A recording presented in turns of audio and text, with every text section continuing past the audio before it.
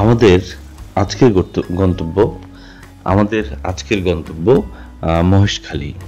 তো আমরা ঢাকা থেকে রওনা দিয়েছি মহেশখালী যাওয়ার জন্য। আমরা বাই রোডে যেহেতু যাব, সেই জন্য আমরা যা করলাম, চকরিয়া নেমে গেলাম। চকরিয়া নেমে সেখান থেকে আমরা একটি সিএনজি ধরে নিলাম। সেখান থেকে আমরা নেমে গেলাম একটি জায়গায়, এবং সেখান থেকে আরও একটি সিএনজি করে আমরা এবার যাচ্ছি মহেশখালীর পথে। তো প্রায় সন্ধ্যা হয় অবস্থা। যাওয়ার পথে মনে হচ্ছিল কুয়াশা পুরো আকাশ ঢেকে আছে, এরকম মনে হচ্ছিল। যেহেতু বৃষ্টির দিন ছিল, গুড়ি গুড়ি বৃষ্টি পড়ছিল, যে কারণে এরকম আকাশটা মেঘলা ছিল এবং শান্ত ছিল বটে। তো আমরা মহেশখালী পৌঁছে পরদিন বেরিয়ে পড়লাম জেডি ঘাট দেখার জন্য। ওই দিনও বৃষ্টি। আসলে মহেশখালীতে যাওয়ার পরপরই অনেক বৃষ্টিপাত আমরা বৃষ্টি পেয়েছি। রাস্তার দুধারে মানুষ দাঁড়িয়ে আছে, দোকানের পাশে সারি সারি দোকান, সেখানে মানুষজন দাঁড়িয়ে আছে, বৃষ্টিতে কেউ হাঁটছে। আমরা একটি অটো নিয়ে আমরা জেডি ঘাটের দিকে যাচ্ছি, এবং দেখতে পাচ্ছি সেখানকার মানুষজনের আনাগোনা, তাদের বৈশিষ্ট্য। এখানে প্রচুর কাঠ, কারণ যেহেতু মহেশখালীতে ম্যাক্সিমাম মানুষজনই মাছ ধরার কাজে জড়িত, মাছ ধরে জীবিকা নির্বাহ করে। সো এখানে অনেক বড় বড় কাঠের গুঁড়ি যা দিয়ে নৌকা বানায়। তো একটু পরপরই বড় বড় কাঠের সমিল, সেখানে কাঠের গুঁড়ি দেখতে পাচ্ছিলাম আমরা অটোতে করে আমরা যাচ্ছি ধীরে ধীরে। আর এখানকার মানুষজন ম্যাক্সিমামই মাছ ধরার সাথে জড়িত, মাছ ধরে তাদের জীবিকা নির্বাহ করে। আর এখানে পানের বরজ বিখ্যাত।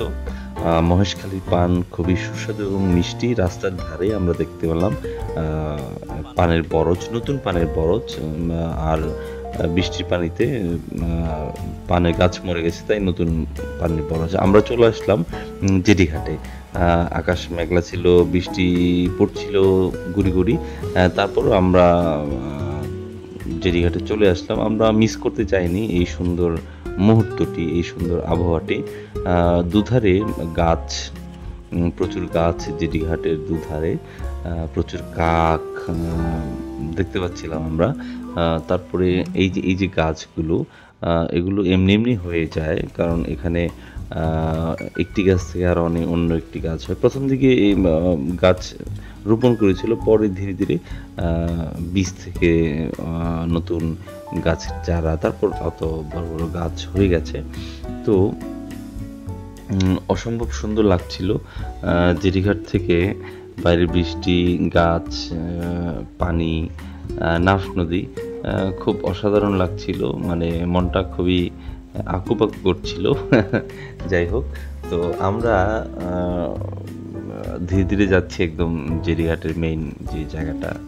জেডিঘাটটা অনেক বড়, অনেক অনেক অনেক লম্বা, মনে হচ্ছিল ফুরাচ্ছে না এরকম। তো যাই হোক, আমরা আসলে সৌন্দর্যটা উপভোগ করতে চাচ্ছিলাম জেডিঘাটের, সেই কারণে জেডিঘাটে যাওয়া।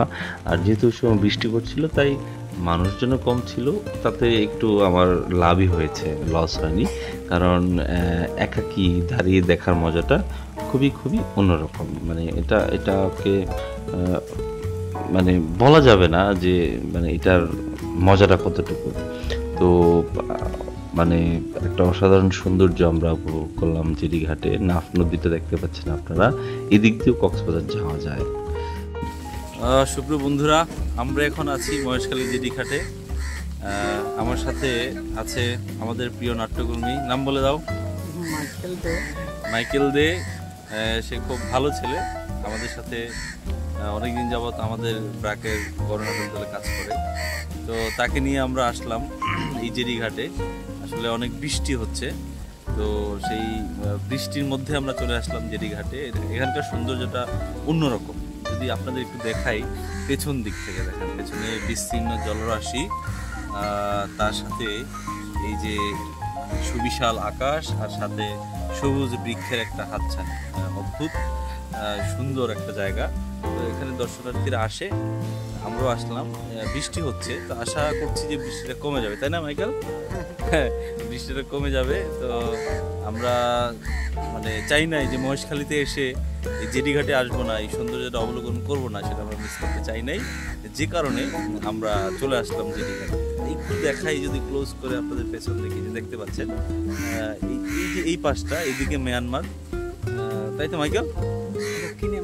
এদিকে মিয়ানমার না, এই যে আমি ভুল বলেছি, এইদিকে মিয়ানমার,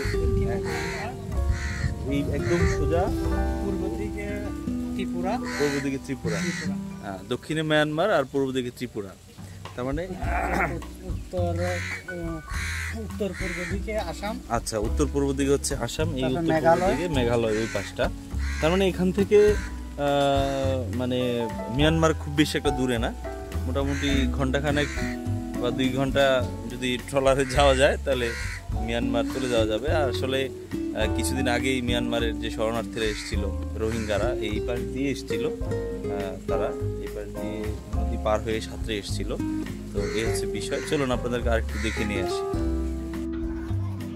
জিডিঘাট দেখার পরে আমরা চলে আসলাম মাছের বাজারে। যেহেতু সমুদ্রের প্রচুর মাছ পাওয়া যায় এখানে, জেলেরা মাছ ধরে এবং ম্যাক্সিমাম মানুষ মাছ ধরার সাথে যুক্ত। তো এখানে প্রচুর প্রচুর সামুদ্রিক মাছ দেখতে পাচ্ছেন আপনারা। আসলে আমার তো জিভে জল চলে আসছিল, পানি চলে আসছিল জিভে। আসলে ইলিশ মাছ, তারপর সাগরের বড় বড় টুনা মাছ, আরও নাম না জানা অনেক ধরনের চিংড়ি, লাল চিংড়ি, তারপর মানে অনেক মাছের নামও জানি না আমি। সমুদ্রের মাছ আসলে খুবই ইচ্ছা করছিল যে ধরে নিয়ে ভেজে খেয়ে ফেলি, মানে এরকম। আর এখানে ইলিশ মাছের দাম খুবই কম। আমরা ছোট ইলিশটা দেখলাম 400 থেকে 450 টাকা মাত্র।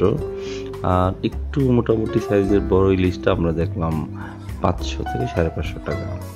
তো আমার কাছে মনে হচ্ছে সস্তা। আসলে ইচ্ছা ছিল কিন্তু আনার কোনো উপায় নেই, কারণ মাছ থাকবে না, নষ্ট হয়ে যাবে। তাই আমরা আপাতত মাছের বাজারটা দেখেই মনটাকে একটু শান্ত করে নিলাম।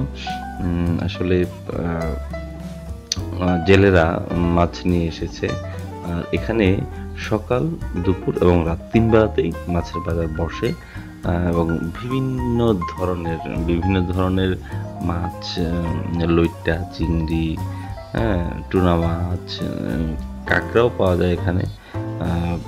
তারপর ইলিশ থেকে শুরু করে বিভিন্ন ধরনের হরেক রকমের মাছ, যেটা আমি অনেক মাছের নাম জানি না এবং অনেক মাছের দেখিও নি এখন পর্যন্ত, এরকম।